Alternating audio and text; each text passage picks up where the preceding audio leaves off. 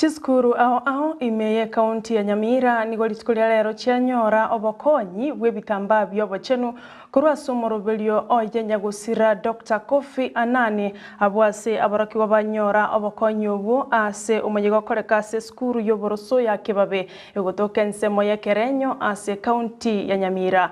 Omotenelio monene bwomorobelio yo Dr. Jacqueline Nyabeli nigate birubuna abaraki wabange bono mbali guchikomo cha ase skuru ase ngencho yo kuborwa kwa ebitamba ebyo byobochenu nigo boigo akire ngambia mono ebyombe biri bigendrete gwesokia na gokonya abana banyaruka anene mono bali bakorwa ase chifamilia chintaka.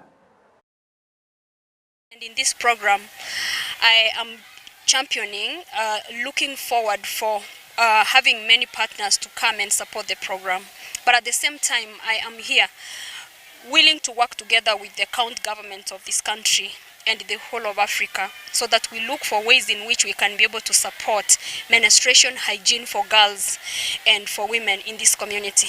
We are calling for other partners to come on board, like the Department of Health, Education and Gender, so that we are able to work together as a team to enable the girls not to drop out of school. Today we have been privileged to have Koffi Annan Foundation, spearheaded by very helpful Dr.